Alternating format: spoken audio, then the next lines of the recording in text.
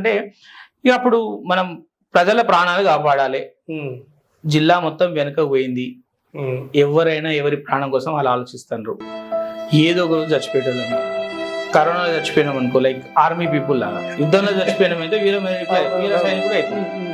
అంతే పోతాం. ఆల్మోస్ట్ 15 రోజులు I was an oxygen therapy.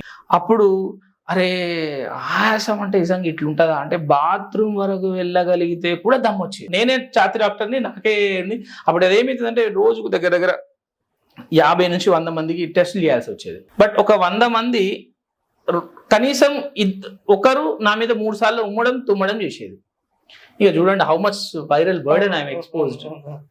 So డెఫినెట్గా ఇన్ఫెక్ట్ అయినా ఒక 15 రోజులు I was an self treatment. నా ట్రీట్మెంట్ అంటే నాకు భయం ఉండే, మళ్ళీ హైదరాబాద్ పోతే డెడ్ బాడీ వస్తుందో రాదా ఎంత పూసుకుని. ఇప్పుడు అక్కడ పరిస్థితి అప్పుడు ఏమున్నది, అది ఎవరు పట్టించుకునే పరిస్థితి లేరు. రెండవది అంత బర్నింగే, అంటే మనం మళ్ళీ తీసుకొచ్చి ఏముండదు అన్నమాట. ఇవన్నీ ఏం లేవు. ఇక పోతే ఇన్నే పోతాం, మనం ఏడ పుట్టిన గడ్డ మీద పోతాం బస్. అండ్ దట్టు ఏమవుతుంది, అరే కోవిడ్ ట్రీట్మెంట్ చేసి చచ్చిపోయింది అని చెప్తారు.